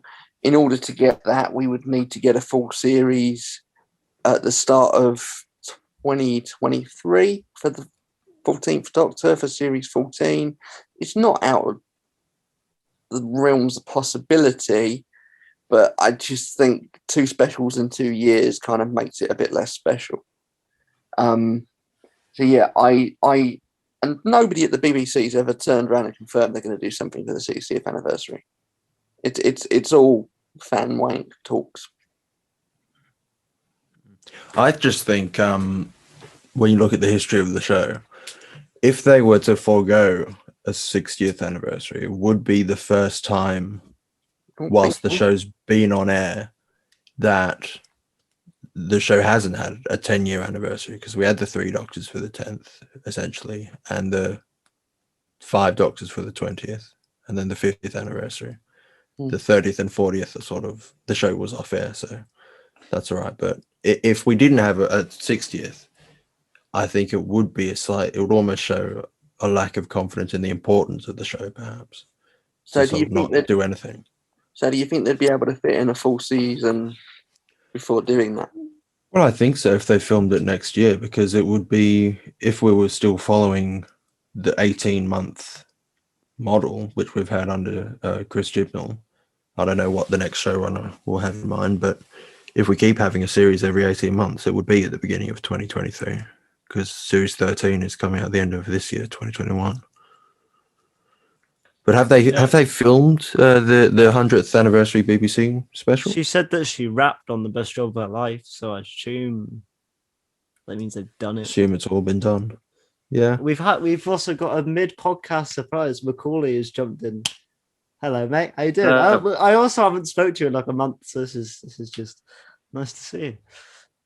Welcome. You see, this is a smart move by Mr. Macaulay Cairns. He's jumped in after all the controversial bits where we're talking about what we haven't liked about the last era and stuff, and he's now coming in for the nice bits. This is how you don't get cancelled on Twitter. Also, I love Jodie's era. It's great. Well, he does have a Talent of Wang Chang poster in the background there, so the YouTube viewers are going to cancel him, I'm afraid. Yep. You're gonna be tossed, mate. Although it is from Doctor Who magazine, so that's officially. Yeah, it's not direct salons though. Doctor Who magazine to be tossed. Gonna be tossed. That was a good issue. That was the issue with the secondary TARDIS console diorama, wasn't it? It was. I haven't cut it out though, because yeah. But overall, I agree with you, Kieran, on the 60th anniversary. I agree with points with John as well with this. There hasn't been an announcement for one, so therefore I'm not like upset that there isn't. You know, that's been the hope's been dashed. But I think, I think it needs to be a 60th anniversary because it only makes sense. It's one of the biggest shows in the BBC umbrella to avoid that and to just not do it and to give some DVD releases. I don't think really works in the massive over, but then importance of the show to the public. Yes, to the fans, season 1 collections or whatever collection or whatever DVDs we get, but to the actual importance, to the broad, to the wider space, I think a special is a massive thing to celebrate, and it's a massive thing for the BBC that this has gone to 60 years of being, in the world. Yes, not on air the whole time, but Doctor Who's always been a part of the the geek culture, whether it be Big Finish or being books and comics. So to not do anything on television seems bizarre. Sorry, Macaulay. Yeah. But then 60 is not really a big anniversary if you think about it.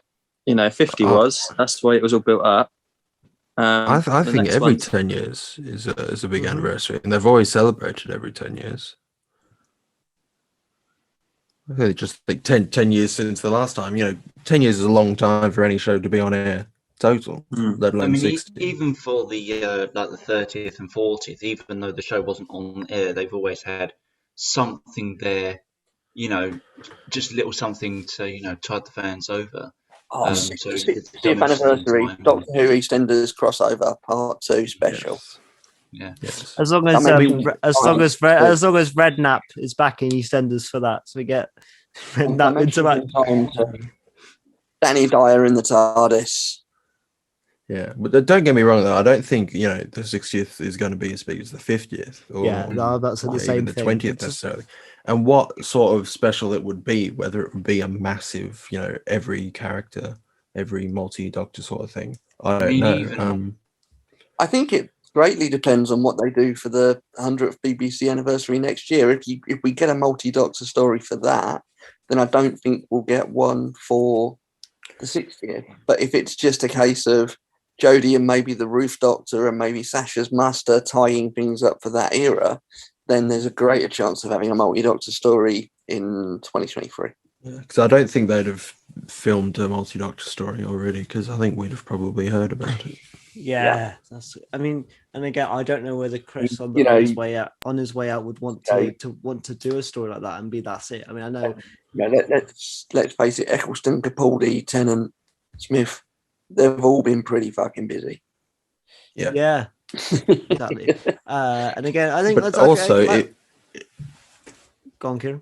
I was just going to say that if it does depend if there's a series before the 60th comes round, because you wouldn't expect Jodie Whittaker to return for an anniversary special in like the episode after she left. You know what I mean?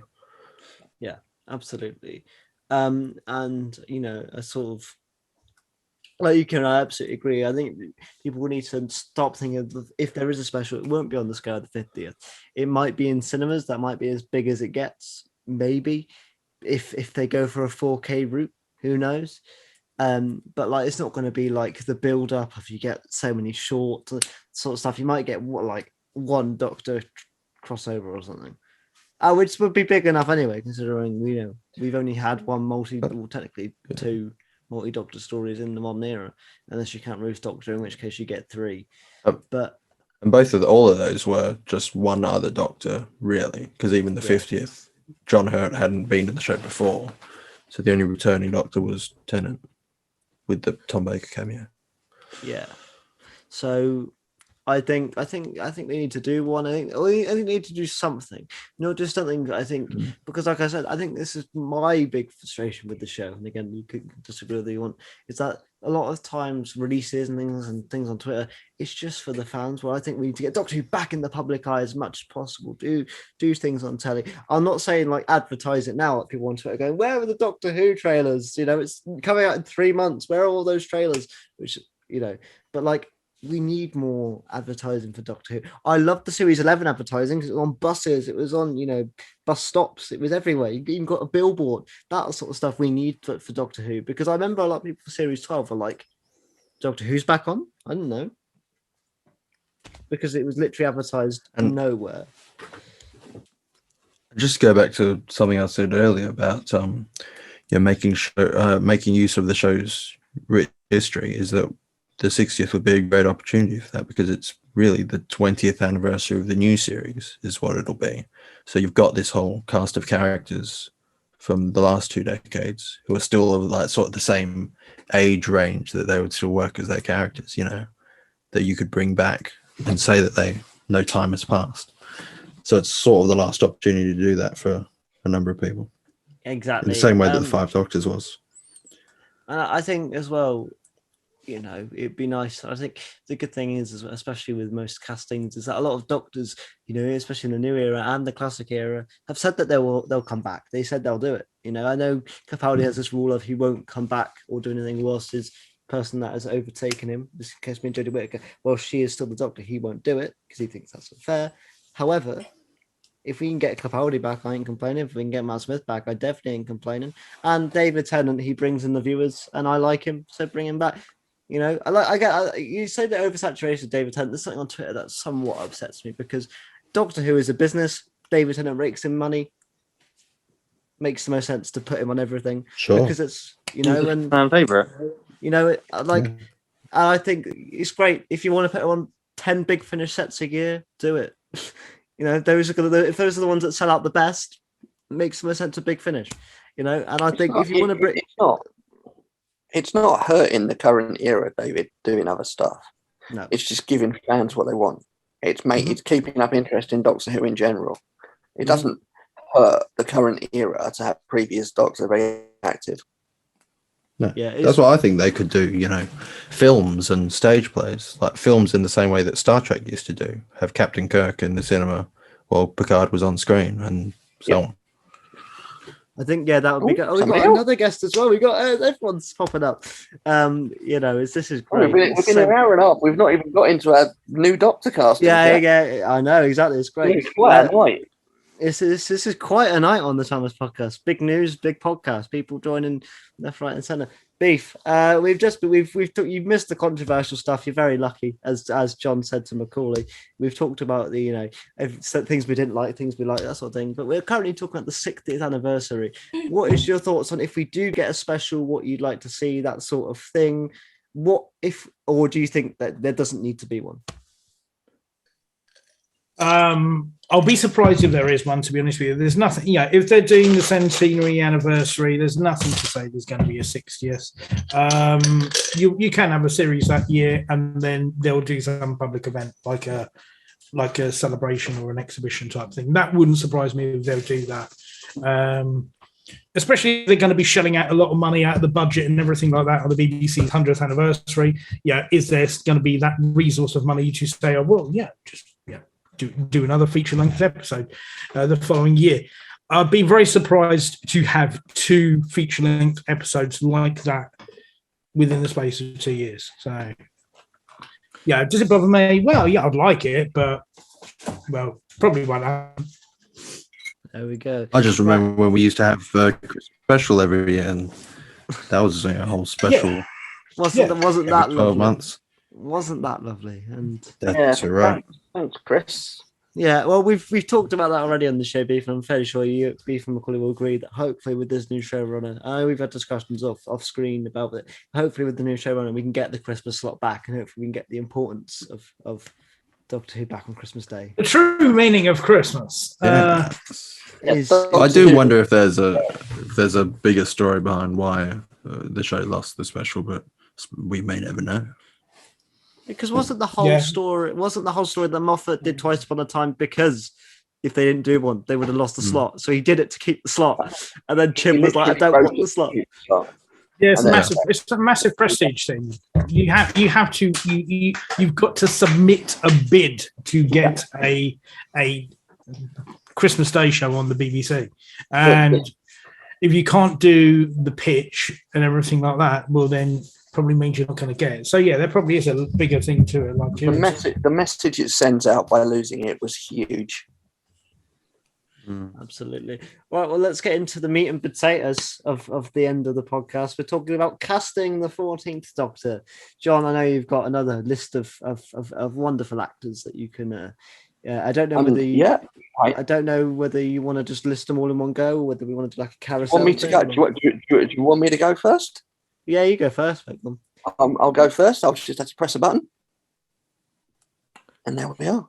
I've made a little background with me 5 picks and the little Doctor Who logo. I'm sitting in front of somebody there. So I was given a brief of a list of 5. So that's what I've done. They are all ladies. I do feel that it's important, although I'm fully up for Best Actor for the job and that, I do feel it's important that the 14th Doctor is a woman. Otherwise, the idea of a female Doctor gets written off as a failed experiment by certain sections of the media and certain sections of the fandom. And I don't think we want that happening. I think if you go back to a man now, you potentially close the door on female Doctors for about 20 years. So not having that. So I've gone for 5 ladies. I've been really vocal about a couple of these, so you guys will know what I'm talking about anyway. My top pick would be Charlotte Ritchie. I think that she is funny, she's entertaining, she's quirky enough to do it. In Fresh Meat, she showed that she could do comedy very well with dramatic elements to it. In Call the Midwife, she also showed she can do more dramatic roles. I think she'd be perfect for the role. I've also listed Lydia West, who I know I've spoken about a lot. Possibly a little too soon for her, I don't know, but then she has that kind of Matt Smith quality of being able to play old whilst being young. I loved her in It's a Sin. She was the standout of It's a Sin for me.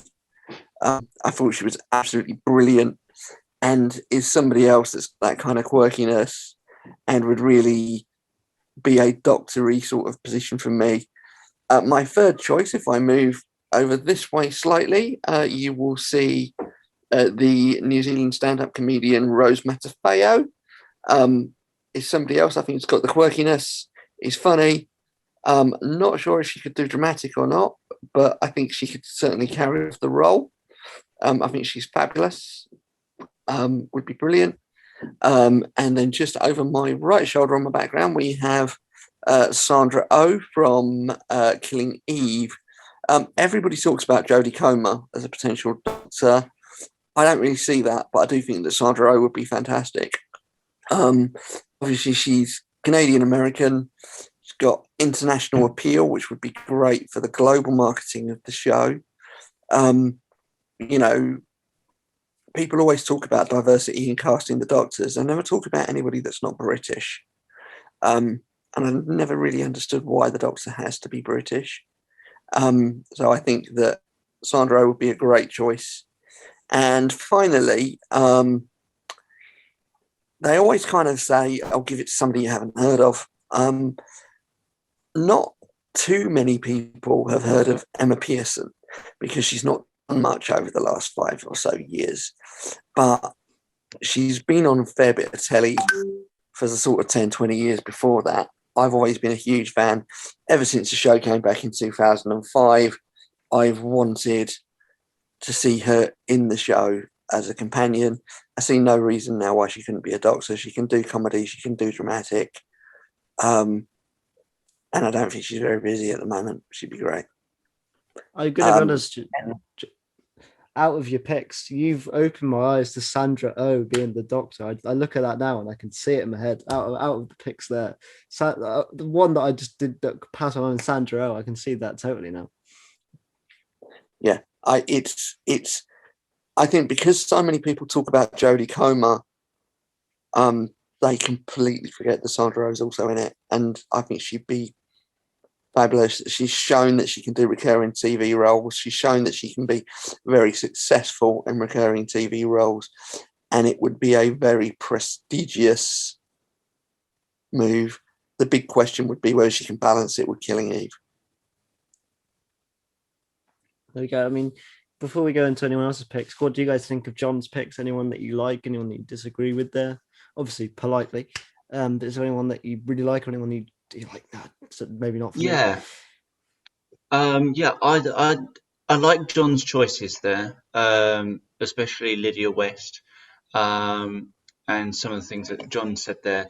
Also, a mention of her being in Years and Years was another great show, another Russell T series, and her sort of development as an aging character, as sort of, as per the title of the show, Years and Years, how her age progressed, and also the whole sort of technology thing, going on in the show at the time, because she was having all these implants of technology and stuff like that. So that was like really cool, and she played that part so well. So I think, yeah, she could take on the role as the Doctor very well. Anybody else want to hop in on John's opinions there and the I haven't seen I haven't seen enough of Lydia West to know whether she can do the sort of the both sides of it. Everything she's done been very dramatic. I think sometimes it's nice to have your comedic clown element to the Doctor, and I haven't seen her do that yet. I'm not saying that she hasn't got the range to do it, but because I haven't seen it, it's sort of untested. Is it Charlotte Ritchie? Is she in Ghosts or something? Is that what she's in? Yeah, she's in Ghosts. Before that, she was in Fresh Meat.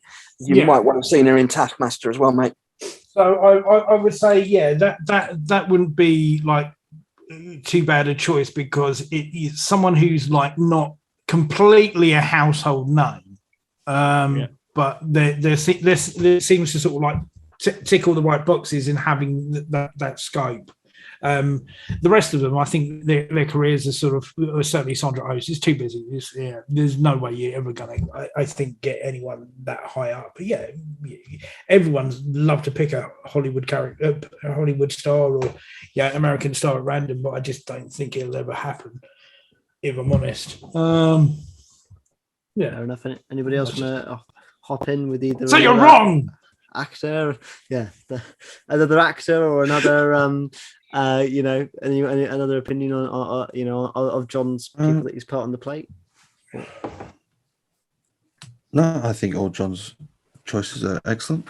I agree with what people were saying. I think the more famous, certainly the Americans, you're just not going to get them moved to Cardiff for 4 years, Film point, actually, also, Not that there's anything wrong with Cardiff. I would make. I've many friends who've gone to Cardiff, and they said it was unusual. I don't actually have any friends in Cardiff, strangely. There is a thing. I've been actively avoiding Cardiff for the last year. No. I'm told Cardiff is a town. But yes, yeah, I actively lived in It's the Cardiff internet. Don't trust what you read on the internet. I think the thing is with all these years, the Doctor has been British, and I think the whole purpose of that is because the Americans love it and it appeals to them, and I know that because of working in the shop, and we get so many American customers, and they're just so nostalgic about British actors, and they're just sort of like hooked on our actors. So I think that's kind of the purposes why Doctor Who have always had a British actor in there. Yeah, that makes a lot of sense. Yeah, absolutely. I would also make the point to Twitter, who told me yesterday that I wasn't allowed an opinion because I'm supposedly a white man. All of my selections are women, and 3 of them are, at least to a degree, women of colour. Like supposedly a white man, just because genetically you might not be. Because genetically I'm actually part Gypsy Roma. Oh, well, there we are. There we go. Yeah, I love that pizza.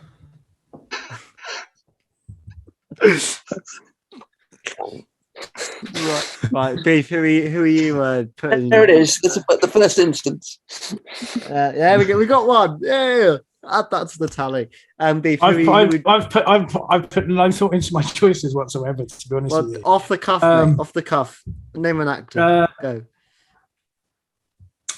Obviously, it would be nice to have Joe carry on, because if you're going to have your first actor of colour playing the Doctor, it becomes a cameo and a sideline thing in your own story. But obviously, the stuff with the Timeless Children, it does complicate matters if she was to continue on doing it, unless they find something in the story to iron that out. I think that goes without saying. I think you can. The people who are saying the woman doctor thing is a failed experiment, I think the people who are saying that are going to carry on saying that regardless of whoever you choose.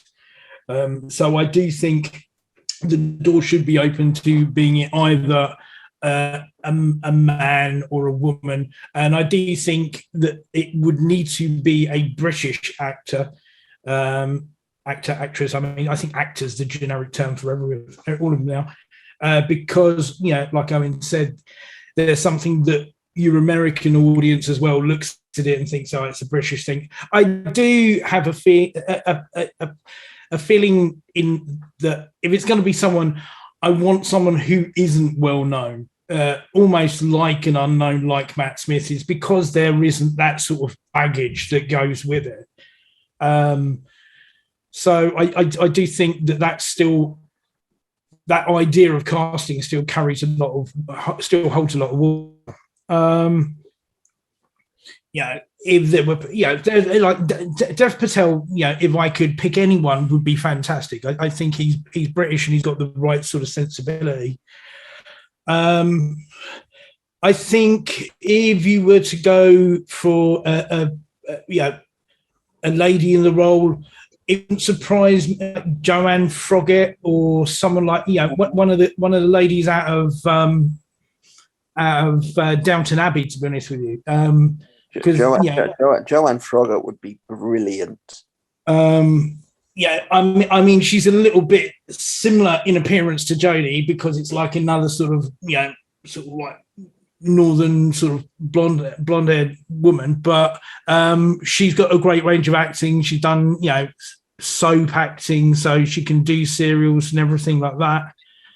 So that's it. But I'm sort of more lent towards going for someone who you've just not seen before, and just putting your trust in whoever's going to run the show, to find someone that just has a spark or something new, and then you just take it as it goes, because everyone's going to be resilient to. There's always been a resilience to just putting a new actor in the role, regardless of who it is, regardless of age, race, gender. There's always going to be arguments. That's just the nature of how the world is now. So I'm just saying, go for an unknown if it's not going to be Joe Martin. What about yourself, Kieran? What do you think? Well, I echo a lot of what Beef said. I think Joe Martin, is probably what I would choose, in that she didn't get a fair crack of the whip so far, in series 12. Remains to be seen how much she's in the next series, perhaps, or the specials. But I do like the idea of just having an unknown, because I've been lucky in that each Doctor that's been announced in the new series I had never heard of. And I'd like that to continue, to be honest. Having said that, I think Aisling B, an interesting, good choice. That for, is a shout. a doctor. Yeah, because she's done some great, obviously not just comedy, but she's done some great dramatic roles recently. Serious stuff. She's in Quiz and Living with Yourself as well. So, yeah, that'd be my choice. If not, someone I've never heard of. Fair enough. Sorry, I haven't got a background. It's fine. That's fine. Yeah, no, I didn't even make a Photoshop. I mean, what about yourself? I know obviously when a lot of the names been thrown around, but is there anything else you can think of that hasn't been said that you were just? I mean, I'm very much in agreement with everyone else. Obviously, it should be another female doctor. Ideally, Jo Martin, because she's fantastic, and I think we just need to see more of her. But yeah, if not her, then an unknown. I remember, growing up watching Doctor Who, and to me, Christopher Eccleston was unknown. I mean, I hadn't seen him in any other work that he had done. I didn't know who David Tennant was, and I didn't know who Matt Smith was.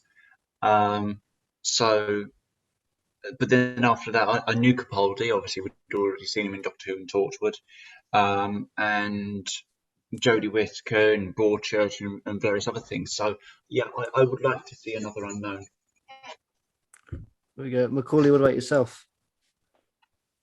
Pretty much, without sounding too repetitive, what everyone else is saying. Exactly. Yeah, it gets to that point, doesn't it? Yeah, I think we're all in agreement that it needs to be female, because we know that as soon as it isn't, then it's going to be, women doctors have failed, never again sort of thing. So that is a must. Ideally, more diverse in the role, as John has said. It's important that Doctor Who expands to all audiences, so everyone is included. On my list, in my head, Charlotte Ritchie would be great. I'm just not sure if she's a strong enough actress, not for the lead role yet, but she could surprise us, definitely. Lydia West was there, but I was in Years and Years. I think is it Tina Miller? Tina Miller. I probably butchered her name. I thought she'd be great. We've seen her before in Doctor Who as a Time Lord, but it's not unspoken of before. Colin Baker did it. I think she'd be great. But then unknown people, as everyone said, is always a good shout, because I've literally never heard of any of the actors before for the new series every time they've announced, including Capaldi and Jodie, because I never watched Thick of It or Broadchurch at the time. But, they always pick the best actors for the role, and they've never been disappointing in any aspect, really. They all have their own individual bits. So I have full faith in whoever the next showrunner is to pick the perfect person, because it's such a massive, pressure. So they make sure it's done right. I had a massive issue trying to pick with this, people that haven't been in the show before, and obviously, like Macaulay just said, people have popped up and been the Doctor anyway. But I was like, right, who would I pick? Because my favorite female pick, Charlotte Ritchie in the show before, Yeah. But again, she's sort of kind of now hit the if this was 5 years earlier, I totally would have gone for this. But I think one of the best female actors out there at the minute is Gugu Mbatha Raw, and I think she would be great as the Doctor. I think she can do serious, she can do funny. I think she'd be great, obviously, but she did play Martha's sister in series 3, so that might put her out the running. But I think she'd be great. And I always say this, because in my Dreamcast for the Doctor ever since I started watching, is Andrew Lee Potts. I think would be a great Doctor. I think he's got the chops to do serious comedic. I think he's perfect. But I like all these guys have said, unknown is always best, because then you don't go with preconceptions. You can go in excited. You can kind of look at their history of what they've done. Perhaps watch some new shows, watch some interviews, try and gauge how they are as people, and that's kind of an exciting part of the process. But there's not a pick that someone said that I totally disagree with. I think obviously everyone's got their perfect dream cast. Like everyone, I know a lot of people saying Idris Elba. I know John doesn't want Idris Elba. Isn't that right? You don't want Idris Elba as the Doctor. But my friend told me today that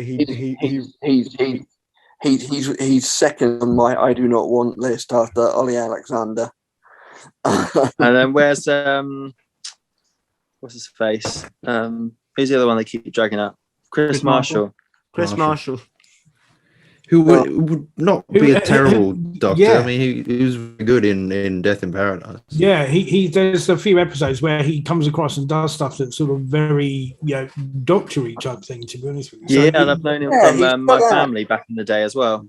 Yeah, He's got that kind of quirky, goofy quality that would work well in the role. But I think he's been touted every bloody time for the last 3 times. I just can't see it happening. Because wasn't the time where he was like heavily pushed was after Capaldi? That was when he was like the next Doctor Who movie. That was when it was like, this is your guy. This is. I think that was the first time after Death in Paradise that. Yeah, because that's when he had just left Death in Paradise, and everyone was trying to sort of make pieces of a jigsaw fit. Yeah, it's one of those. I think this is. It's one of the things, like I said, Chris Marshall at this point is sort of gone, it's not going to be him because we've always, it's always been in the bookies and he never has happened. But like Kieran and Beef have said, he wouldn't be a bad choice at all. He's a solid actor and I think he can bring a lot of very good cadence to the role. Well, it's much like Ollie Alexander in that it's a white man has just been in a very popular program. Yeah, and so and there's a doctor leaving, so. Put 2 and 2 together. Yeah, it's the Zoolander effect. It's Hansel. He's so hot right now, and that's what it is. Yeah. Yeah. If we go down the route of people that have recently left Death in Paradise, Ardal O'Hanlon. Yeah. Would not be a very bad shout at all. Also a Doctor Who fan, I believe. Yeah. And has also been in the show. Yeah. Or Ben Miller. Yeah, Ben Miller. He'd be class. So Ben Miller. Is there anyone in Broadchurch not left to add to the cast yet? I think there's some animals. I was just going to say, Chris Marshall is the only lead of Death in Paradise who hasn't been in Doctor Who. I think I'm right in saying. Right. He was in Robert Sherwood. I mean, as Ralph Little hasn't yet, has he? He was in Star. Oh, yeah. He was at the end. Which episode was Ralph Little then? Smile.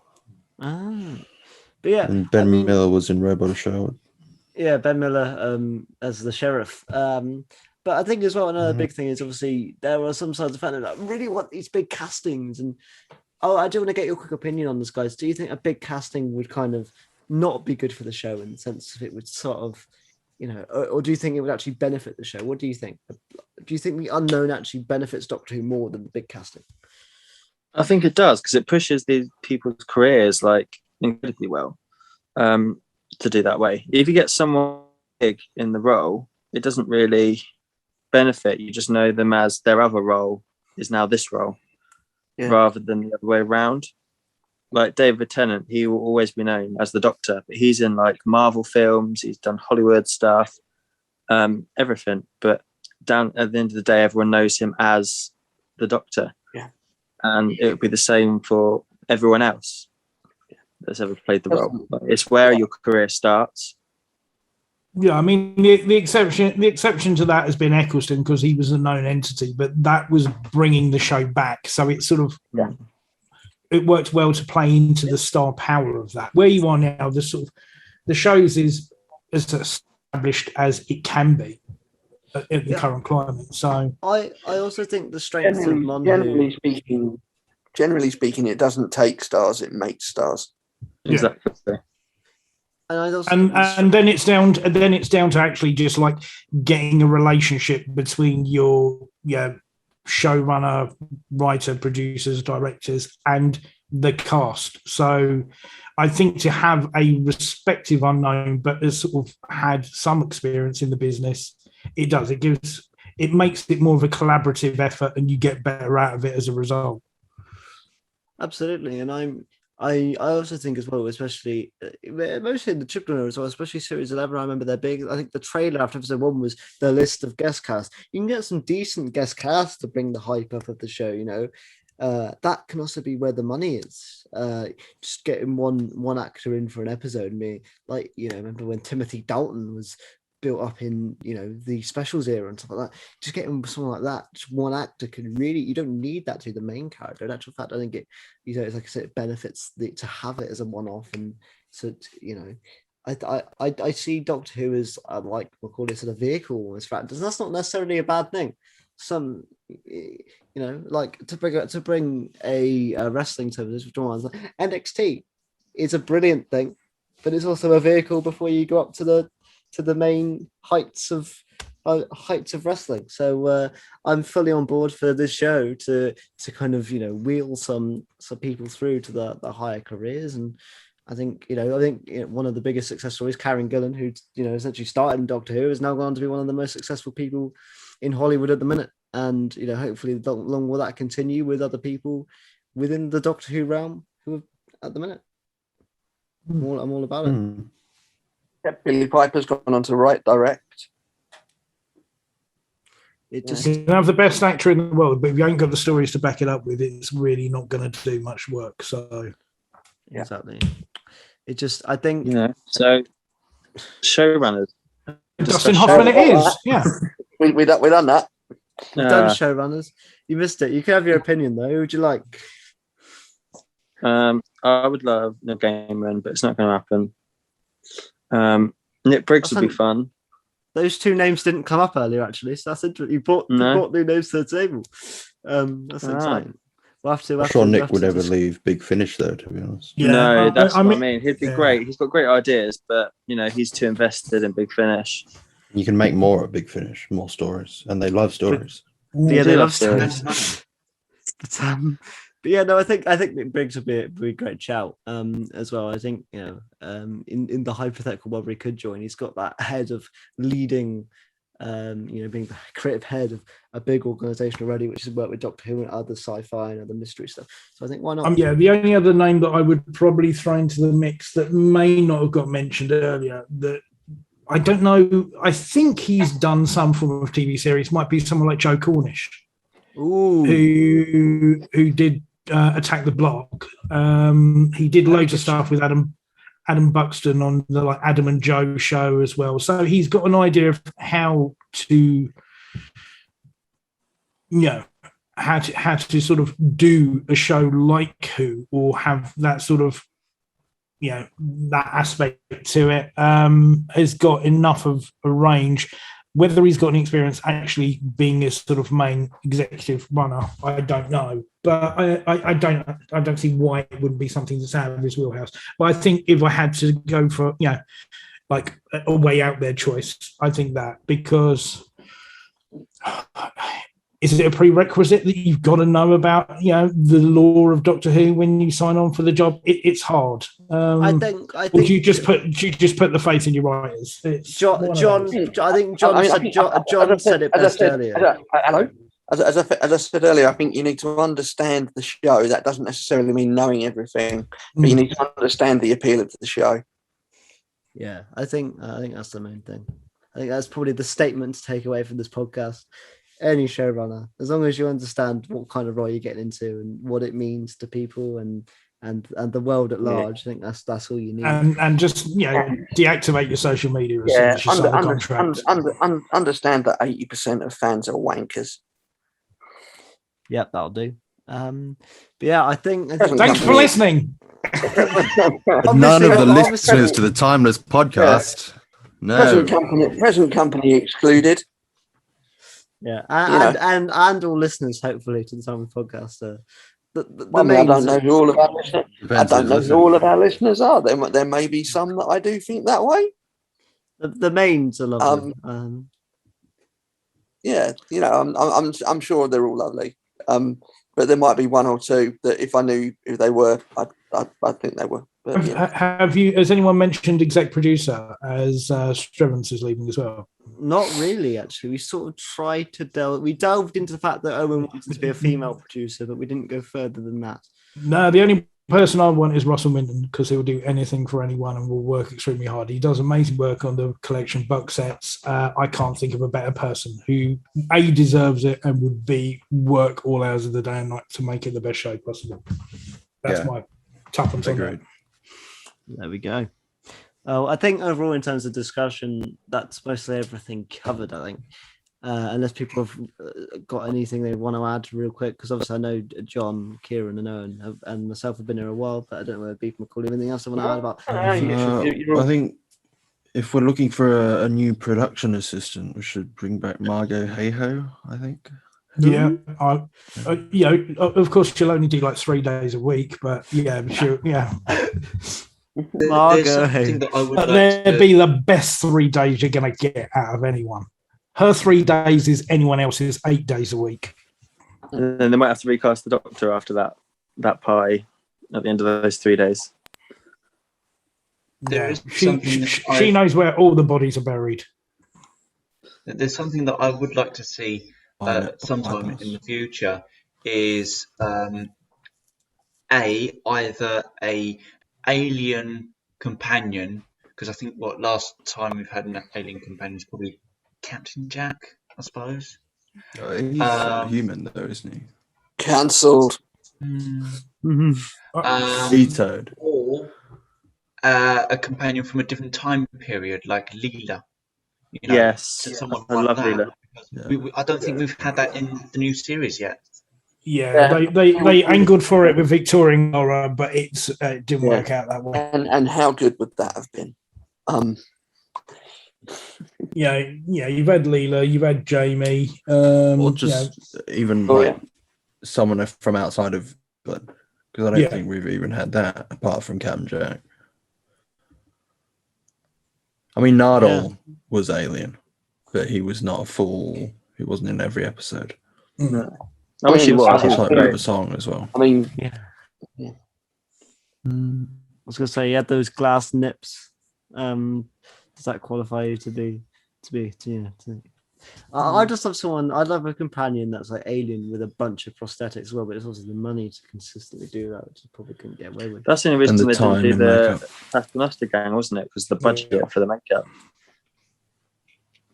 Yeah, the amount of time it would take all the time. And that's production, Yeah, exactly. But I mean, they could have the Doctor travel with a Spiridonian, and like literally all you need then is a purple rug. I mean, they could do it. You know, it's not impossible. It's just like at the end of the day, just bring back Janet Fielding. That's what everyone wants. So yeah. That's what I say. Having seen a Margaret Thatcher impression on the season 24 extras, yes, please. And once she's finished hosting the Olympics in 2032 or something. Isn't that is it in Brisbane? Is that where it is in 2032? It is indeed home of Tegan Jamaica. There you go.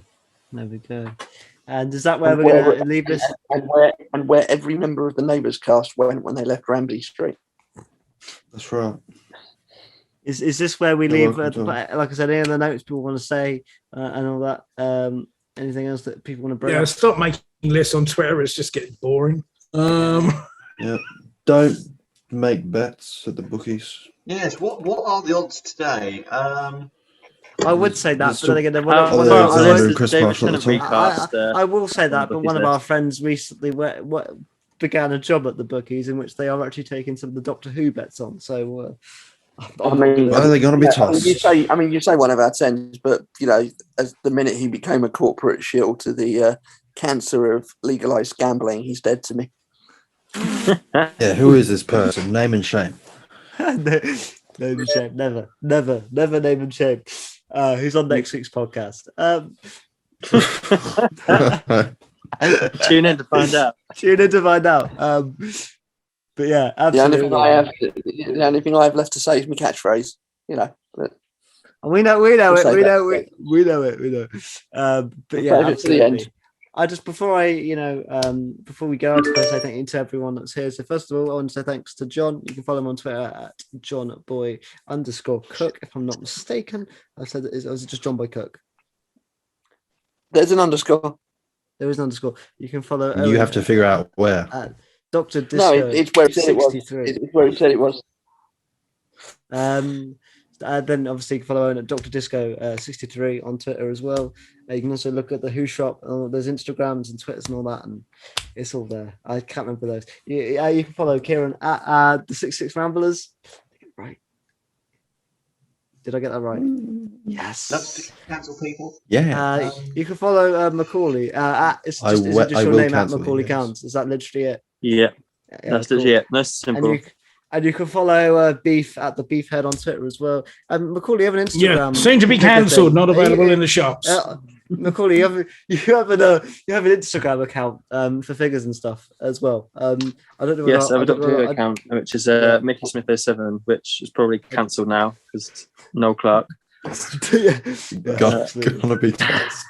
You can also follow the Timeless You Podcast on Twitter. can also not follow Macaulay on Instagram. It's gonna be tossed. But I'm Yeah. like really close to a milestone followers now. He's yeah, finding if it. you- so basically, if you want to ask questions about Doctor Who figures, follow Macaulay on Instagram. Exactly. Absolutely. Ask me all the Um, questions. And you can also subscribe to the Timeless Podcast. Just remember, only 39 million subscribers, and you might get close to PewDiePie.